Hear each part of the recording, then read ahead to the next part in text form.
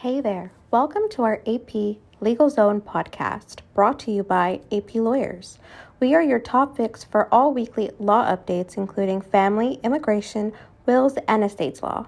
Just a friendly reminder, we are not your lawyers, and everything contained in this podcast is for entertainment purposes only and not to be construed as legal advice.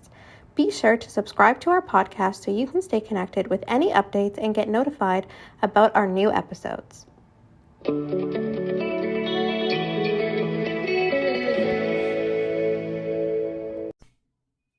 Hello, I'm Angela Princewell. And I'm Shireen Abdi.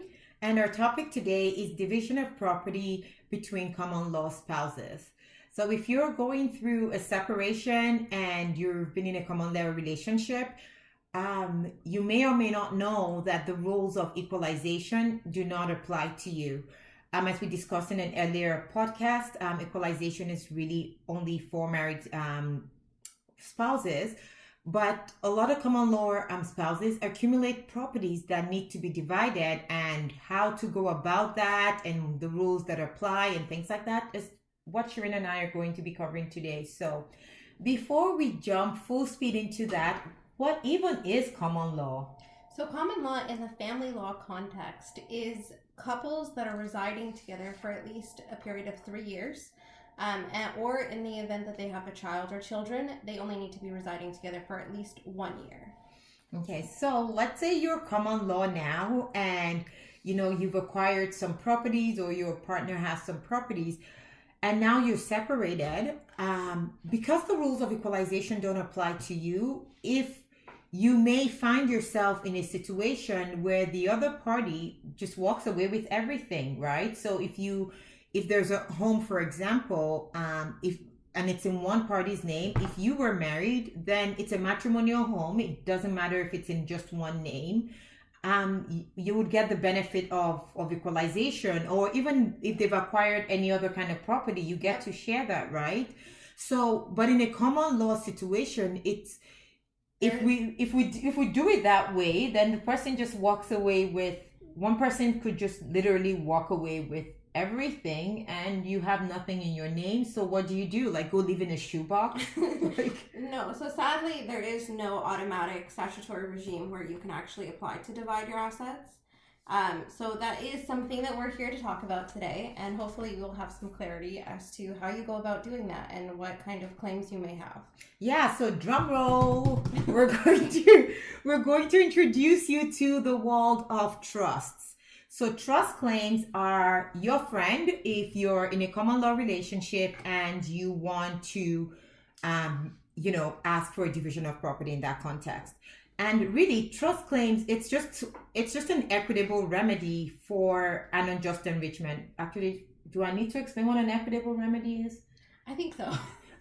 Yeah. So in English, just kidding. No, equitable remedy is just, it's a way for a court to step in to fix an unfairness. So there's sometimes where things are just unfair and there is no way in the law to fix it. And this is one example, right? Some provinces, and I can't remember which clearly, actually have statutory provisions on how common law parties can divide property. Ontario doesn't have that. So without that, the courts, there's clearly an unfairness there where you invest, sweat equity, for example, in a relationship, or maybe even your cash, but everything for whether it's just out of inadvertence or for your family planning purposes just seem to make sense. It's in one person's name and they just up and leave because, the Family Law Act doesn't provide that you should divide the property. It's unfair. And so that's what equitable remedies are for. And not just in family law, equitable remedies are in every area of law.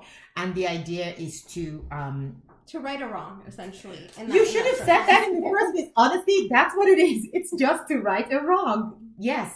So in this case, in the context in which we're speaking, what would the wrong that would happen here is that one party would be unjustly enriched, right? So you're going to hear us talk a lot about unjust enrichment, whether here or in, other times when we're talking about common law concepts. It's really, we're asking, whatever remedy we're asking for is to remedy the unjust enrichment. Yes. Yes. So what is an unjust enrichment? So an unjust enrichment has 3 requirements.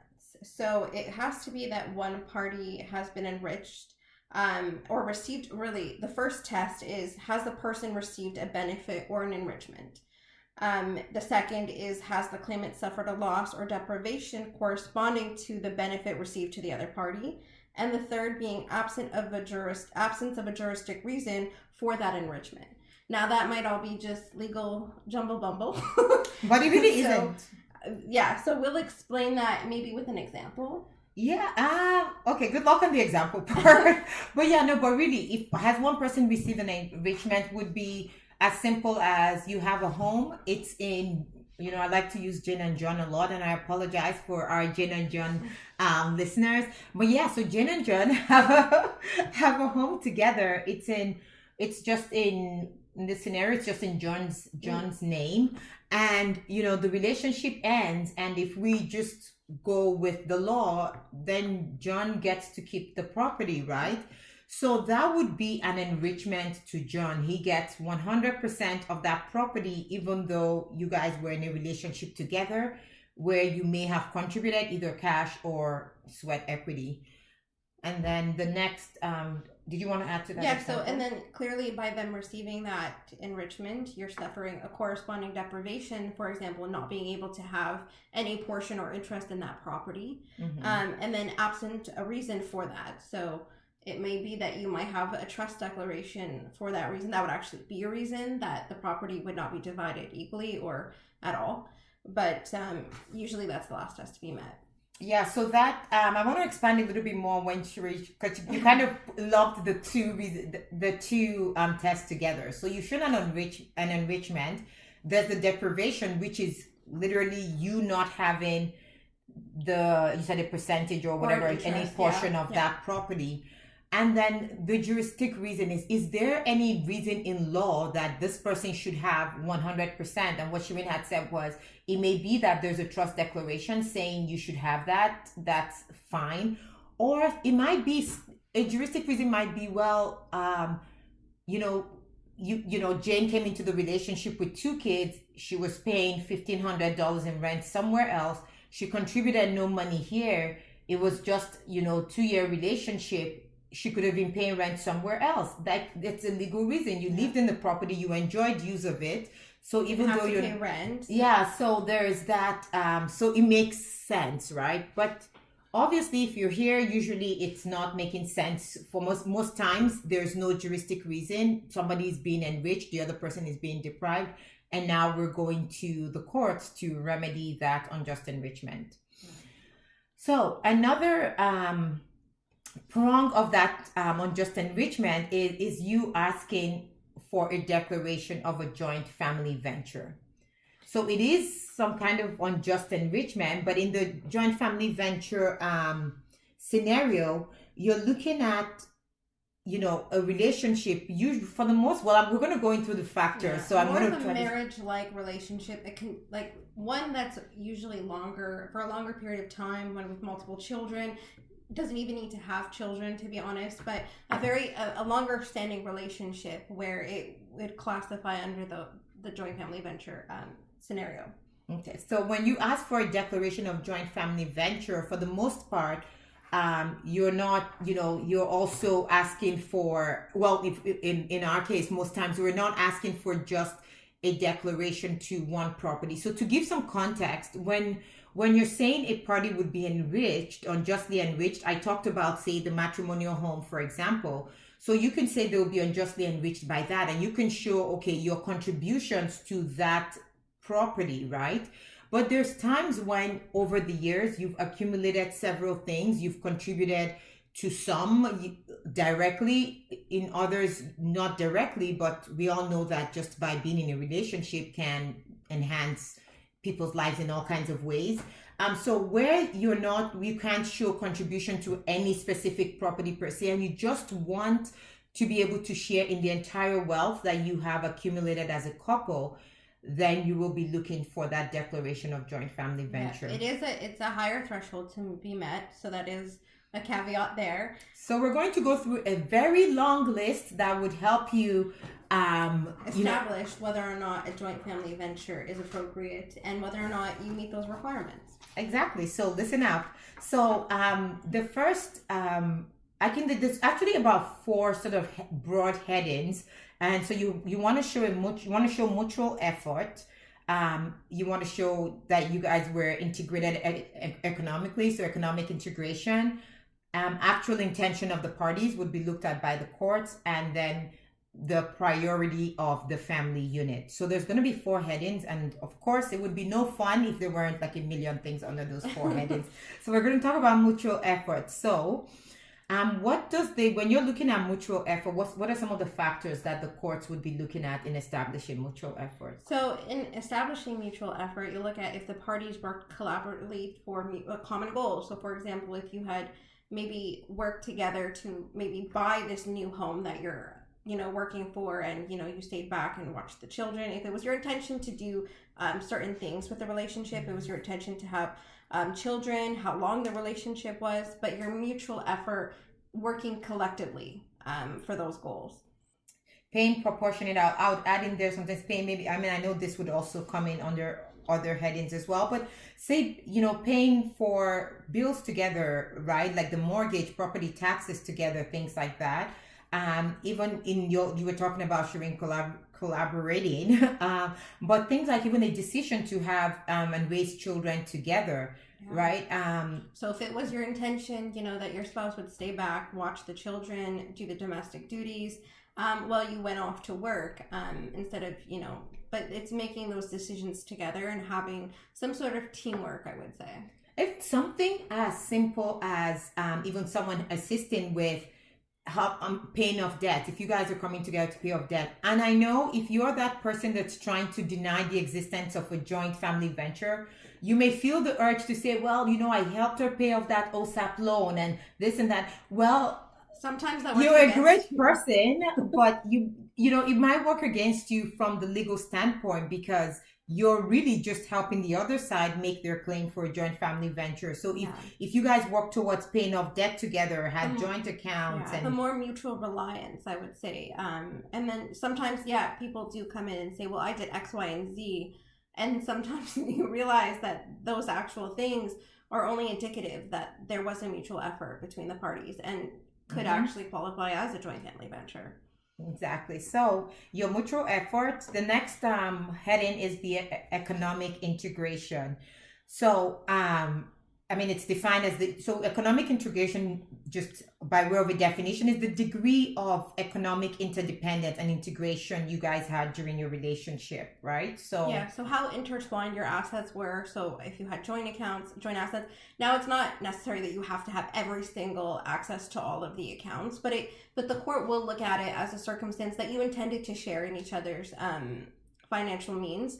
So if there's joint assets, there's joint debts. If there's a common, joint account that you pay expenses from, and, each of you provide your share. So things like that would also be indicative of some economic integration. Where like being listed on a debt to pay the other party's car loan, for example. Yes. Being a guarantor for that car, or a co-signer for a debt. That's also indicative of mutual economic integration. That's a great example, actually. And then even stuff like, just to add more to that, if that wasn't clear already, if you're assisting the person in a family business that they own, for example, or income splitting, so you own a business and it makes sense for tax purposes to pay the person from there, well, there goes that economic integration, right? Even having to answer to someone for money spent. So when you're saying things like he was such a spendthrift and I was so I was making sure that he didn't spend money that way. Well, that establishes economic integration, because you guys have to account to each other for how much you're spending and things like that. Those expenses together. So there's a degree there for sure, some integration. So, if that was not your intention, it's unfortunate. But if, all of these things just, again, go to prove that you guys we're a family unit, and even though you really didn't get married in the legal sense, that the wealth that you accumulated during such and I don't know if intense isn't the word, but there's such a deep relationship, it might be fair to share. I don't know, but again, these are sort of the factors, and this also applies. Pay attention to these factors we're mentioning, even if you're that person that's trying to argue on the other side, because these are the factors. You need to understand the factors that the courts would be looking at in finding that joint family venture. So how about, I mean, do we have enough examples? We could keep going. Like I have millions of examples of Yeah. So I mean, even if you put the other spouse as someone under a beneficiary under your coverage for your benefits. Oh yeah. That's a pretty substantial one. So clearly, you have defined them as some sort of person eligible to receive some of those benefits you get monthly. So there was an element to kind of, make sure they were also taken care of. Yeah, that's a good one. Great examples, Shireen. So let's talk about the third headed, the actual intent of the parties. Was it Shakespeare or who said one time, like, even the devil doesn't know the mind of humans? I always keep thinking that, but anyway, somebody important said it. So yeah, so here's the courts trying to actually find your true intent after the relationship is over. It can be a tricky one, but also a pretty fairly clear one sometimes, because I mean, while the courts recognize you were in a common law relationship, you could have also easily gotten married. But some people might actually not view marriage as indicative of being in that relationship. So that's kind of where intention. No, this is where it bothers me, because I do have, and that's why when I get to this portion of things, I always again go back to only the devil really, or maybe not even the devil knows the true intentions in our hearts. And there's some people in a relationship, as you said, that just don't care. They have everything they want. Just going through the expense or planning or whatever of a wedding is just not something they care for.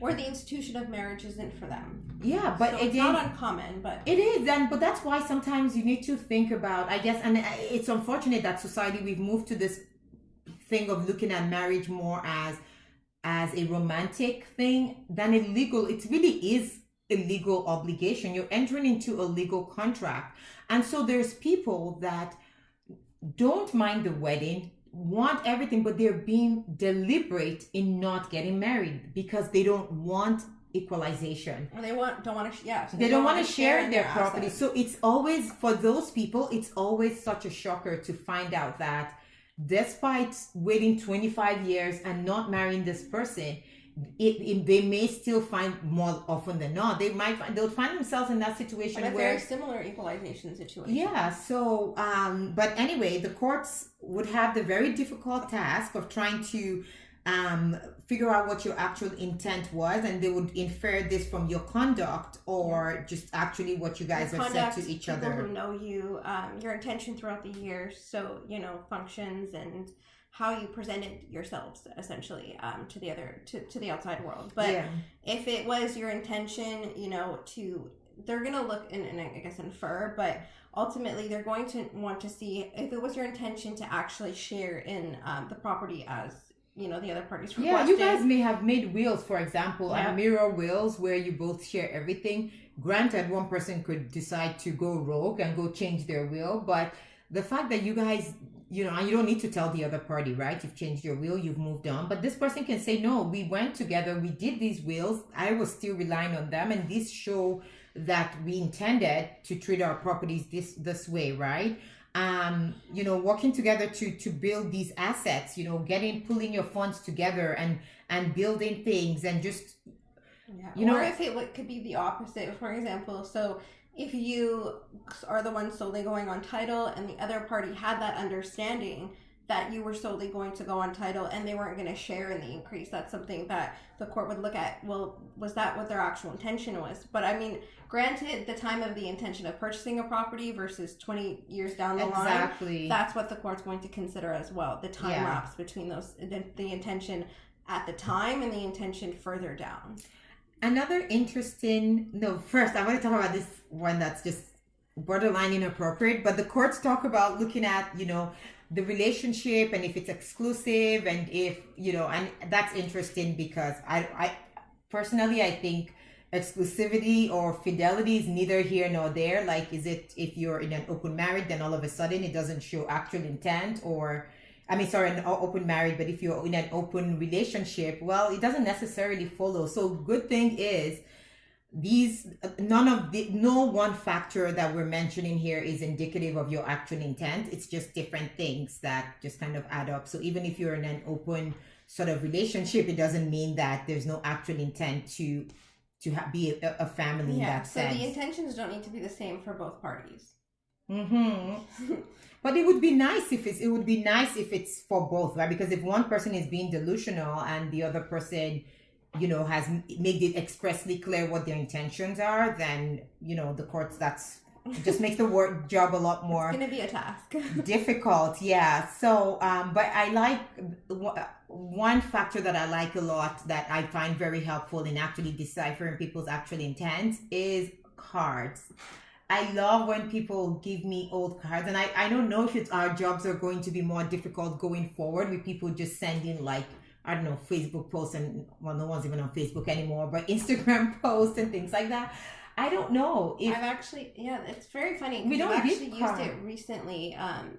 When, granted, like if this is the case down the line, we hope that cards don't go away for this reason, or maybe even emails and text messages and virtual cards would help. No, because cards are so like sweet. People are like, from your husband for life, forever yours, and things like that. Yeah, and I literally used one, and in the card it was the party's intention was, this is our family. I'm really glad that. And it was very clear that the person had viewed them as a family unit. Yeah. And so obviously that didn't work in the other side's favor in claiming that they should never have qualified for a joint or sought the declaration of a joint family venture. So, it's proof. So, emails and things going back of your intentions, on things like that. Exactly. And some people, honestly, even though without a legal marriage, would call them wife or husband. Yes, exactly. So that shows your actual intent in one way. And the last test you would be looking at is prioritizing the family.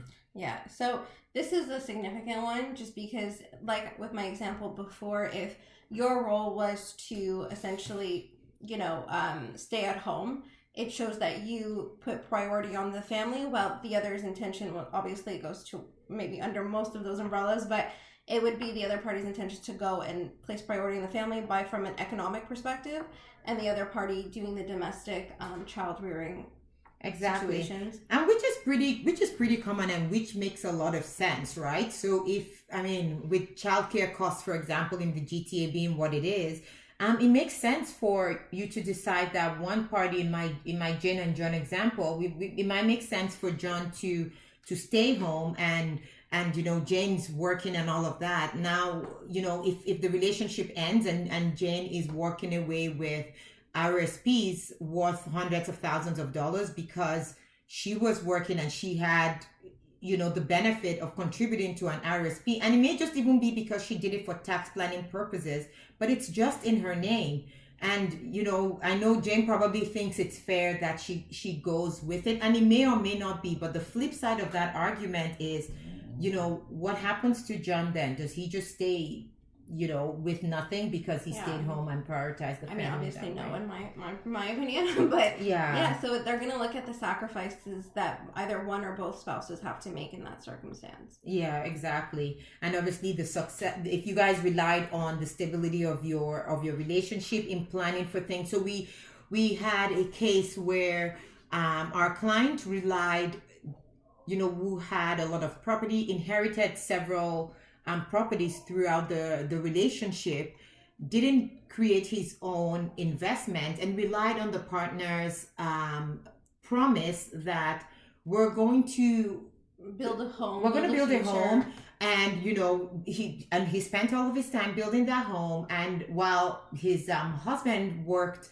outside of the home, and the husband acquired a significant pension, got promotions, pension, things like advancement that. in career, definitely clear sacrifice there. Yeah, he clearly sacrificed, relying on his future, was relying on that fact that he had a pension, and he relied on that and put his monies into, and here's where the unjust enrichment comes in this case. So where our client has put in all of his money into a jointly owned property, the other side, and put in all of his physical effort in building this property, and this is a relationship that lasted decades, while being a stay-at-home husband, as agreed to between the parties, the other side had a job outside of the home and was able to acquire this pension. If things go according to title, the other husband gets to share in half of our clients' funds that we're all putting into this beautiful home. Yep, and not share. And he doesn't get to share his pension. Or other assets that he acquired as a result of him working outside of the home. So you can see the clear unfairness in this case. If maybe it would be more balanced if our client had known that we're not going to be sharing anything, he probably would have made different decisions. He could have invested all of his inheritance that he received over the years, not putting it into a home where he now has to split. So you could see how, relying on your family and prioritizing your family can lead to detrimental consequences for one person. And then another person saying, well, I didn't get married to you for a reason because I didn't want to share.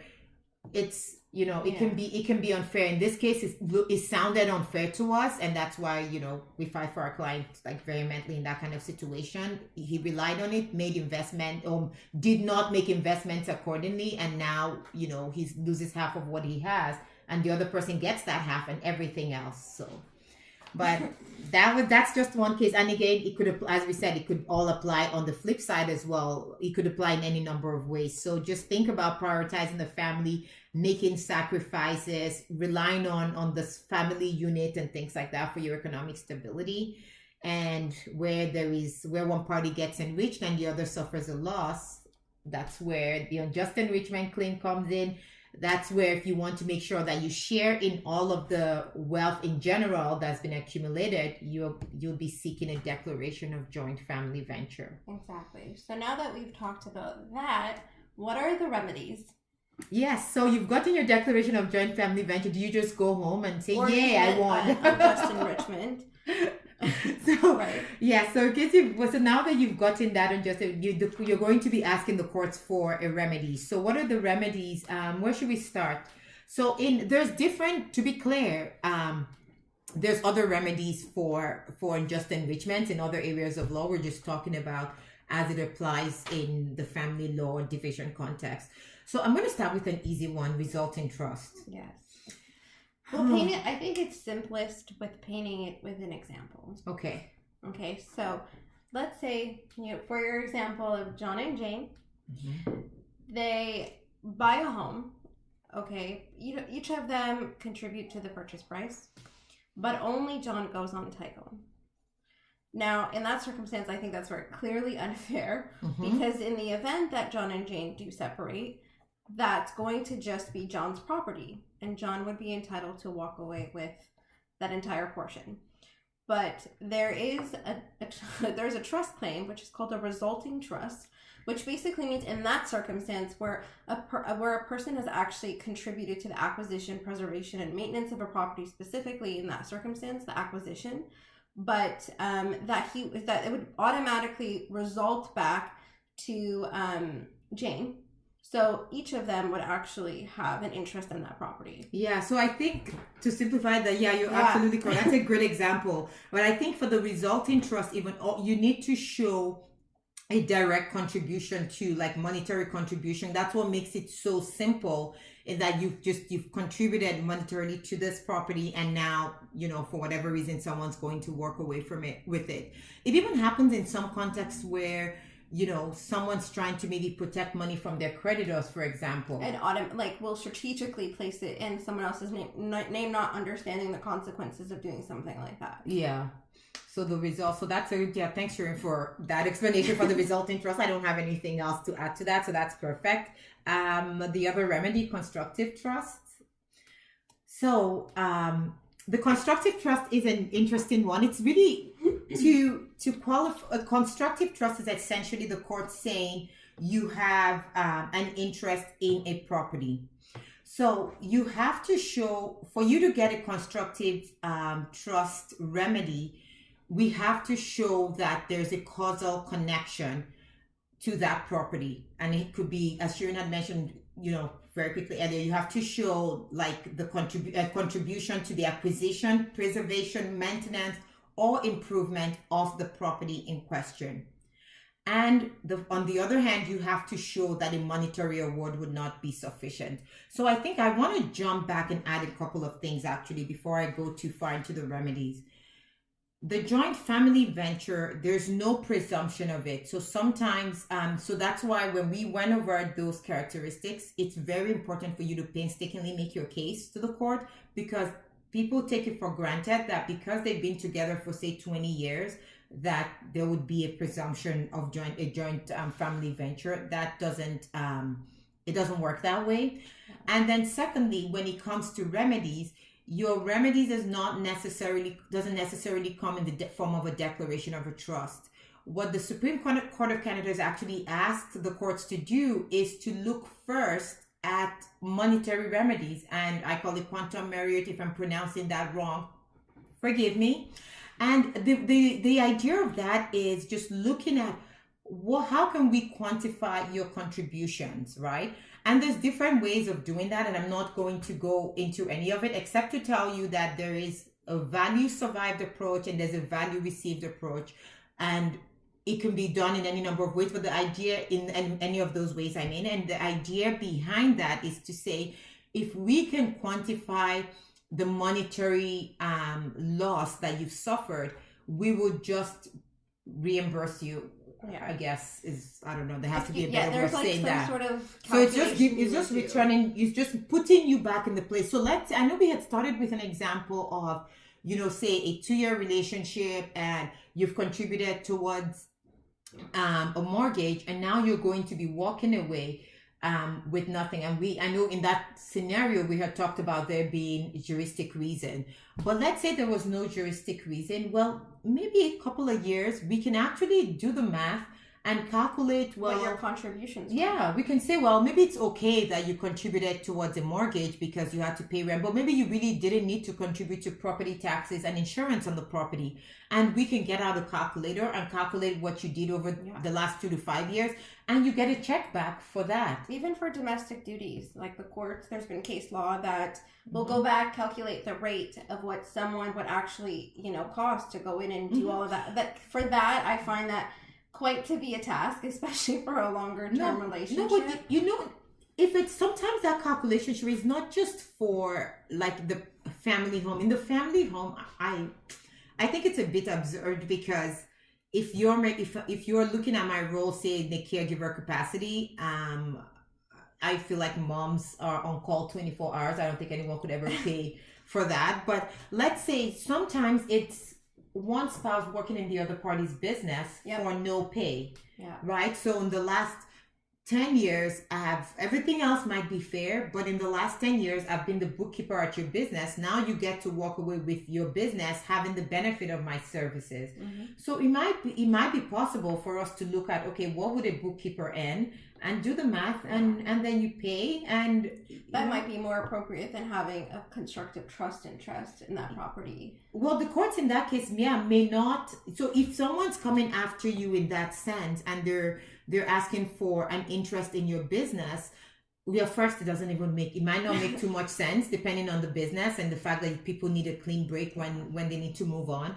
But it might also not be the appropriate remedy. So your response to that could be, how much exactly do I owe her? Let's quantify that, because the courts require the only time they should give an interest in your property, or a constructive trust interest in your property, is if a monetary award would not be sufficient. If we can quantify what you've done, that's the appropriate remedy to be granted. So don't forget that, because I know we're talking about resulting trust, and we're going to talk about constructive trust next, and I don't want people getting the impression that those are the only options. Those are really steps. Like, we should have talked about the monetary awards first, and where that's not sufficient, then we go constructive trust claim. So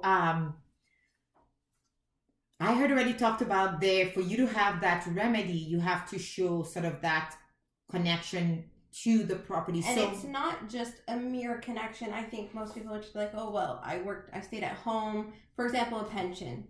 I stayed at home and through my domestic, duties. But significantly for a pension, you have to show a very direct contribution and connection to that pension. So, for example, you helped your spouse get that job.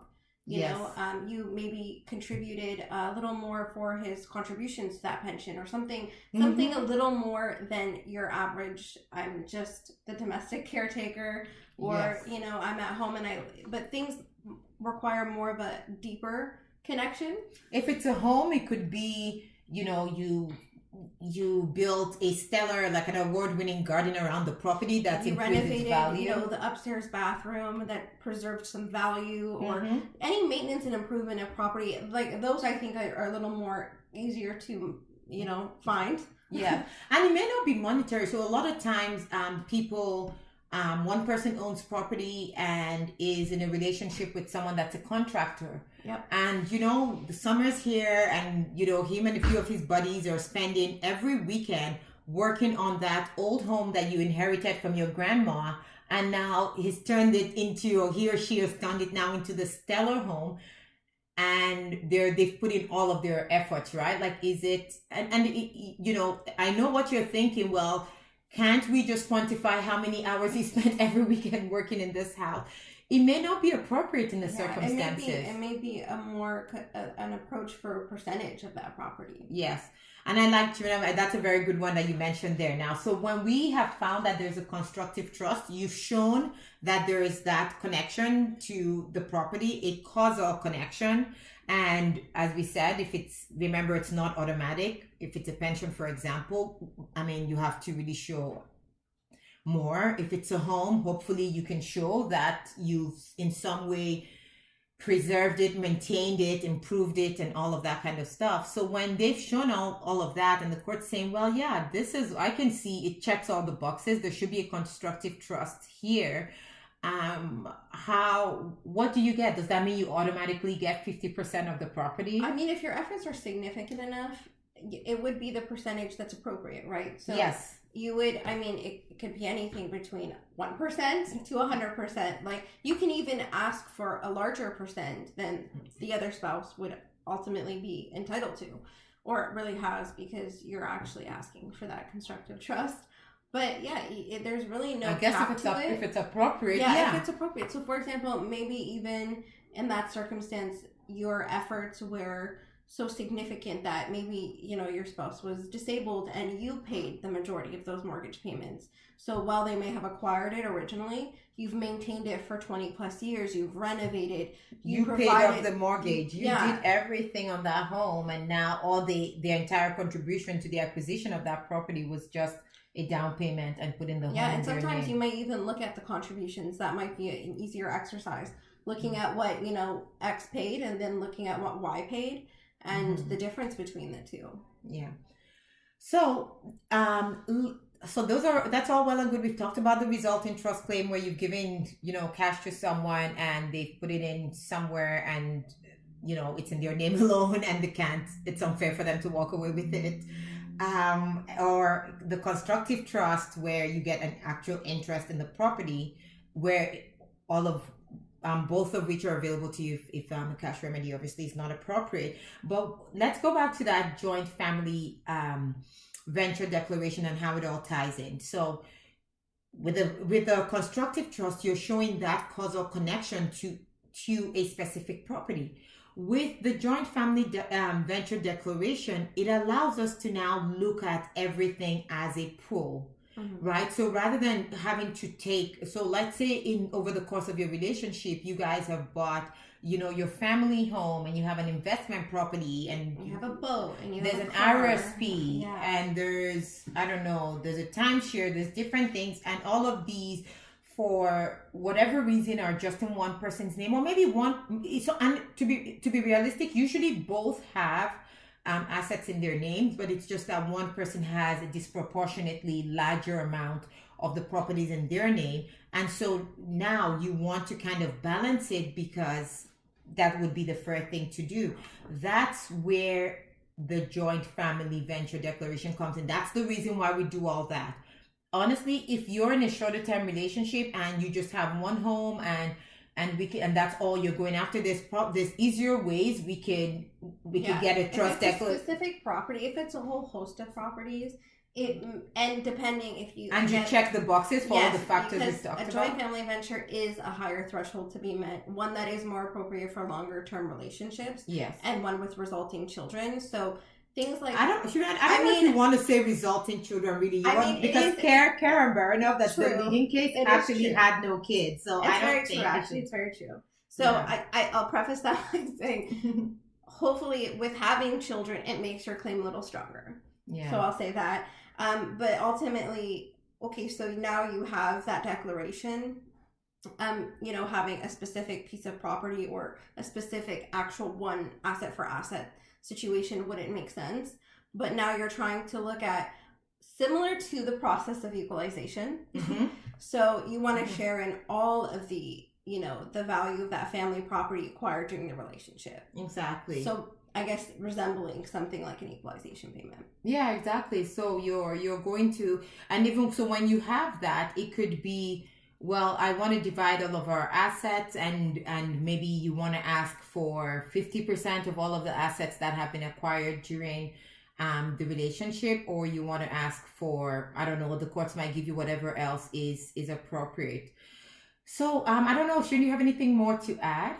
I think we've covered a lot in a very complex area of law as well. So. It is pretty complex. You really want to talk to a lawyer, especially if you're going after a joint family venture declaration, or just to even see, right? As we said, we don't always do this. There's cases where we're able to achieve what we want with just a resulting trust claim. There's also something called a reverse constructive trust claim that we can also throw in there to be able to cover our bases. So trusts are a very complex area of law. So you might, if you're going through, a situation like that and you're unsure, please speak to us or any other, family law lawyer that understands the trust area. But other than that, I guess I will just do a recap if that's even possible, because it's a lot. Trust claims can get very complicated, so we don't take it very lightly. So trying to recap, if you're in a common law relationship and you're trying to divide property because if the relationship's ended and one person has title to a disproportionately larger amount of the assets that accumulated during the relationship, and it would be unfair, you would ask the court to remedy that by making a claim for unjust enrichment. We talked about the 3 things you need to show for an unjust enrichment.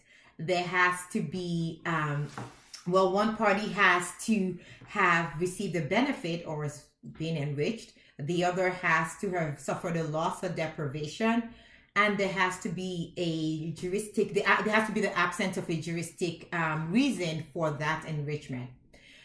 And then if you're also wanting to share in sort of the entire family asset accumulation, you may want to take it a step further to ask for a declaration of a joint family venture.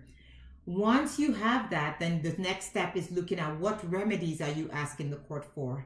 Are you asking for a resulting trust? Are you asking for a constructive trust? And if so, have you looked to see that a monetary award would not be more appropriate? Because if a monetary award is appropriate, you would not be getting a constructive trust award. And if you're getting a constructive trust award, what ratio are you, proposing here? Is it 50% or 5% interest in the property? And that's pretty much it. I think that covers it. That covers it in the simplest way we could possibly explain this to you. Yeah. So anyway, I know a lot of times when people are done family matters, so let's say married parties, and when we're done equalization, and I'm often told, well, I'm never going to get married again. And I'm like, no, because as you can see, just the fact that you're not married doesn't mean that you don't get to divide property that's accumulated during the relationship. It just means that we have to go through this convoluted method. Yeah. So obviously, if you don't want to get married because the institution is just not for you, as Shirin had mentioned earlier, that's fine. By all means, you know, do what works for you, but don't ever just do that as a strategy to not share in those properties, because that actually might do a detriment to you. You will share it. You may share in that property. So if you want to protect yourself, please prepare a domestic contract, a cohabitation agreement. A marriage contract won't really be a marriage contract because you're trying not to get married, but really a cohabitation agreement, which if you do marry, can turn into a marriage contract. Yeah. Just to protect yourself, if you really don't want to share in it, but don't think that not getting married would not entitle the other party or yourself to assets. Yes, because if you have a cohabitation agreement that makes it clear that you will not be dividing property, then that kind of ends the conversation right there. It's clear what your intent is. But if you're trying to just stall and just not do anything, it may not work out that way for you. So it's very upsetting to find out several years down the road that your game plan didn't really work. So do a marriage contract if that's what you're trying to accomplish. And if you're if you're the person that's going to be deprived because unfortunately, the other party is going to be unjustly enriched from your efforts in the relationship, please just go back, re-listen to this very long podcast. And if you still have any questions, check out our blogs on our website. It's www.aprincewool.com, and there's probably helpful information there for you as well, or speak to one of us, okay? Thank you so much. All right, bye for now. Thanks for listening and joining us in the AP Legal Zone. We hope you enjoyed this episode. You can find more episodes by searching AP Legal Zone on anywhere you watch podcasts. Be sure to subscribe to our podcast today so you can stay connected with any updates and get notified about any new episodes.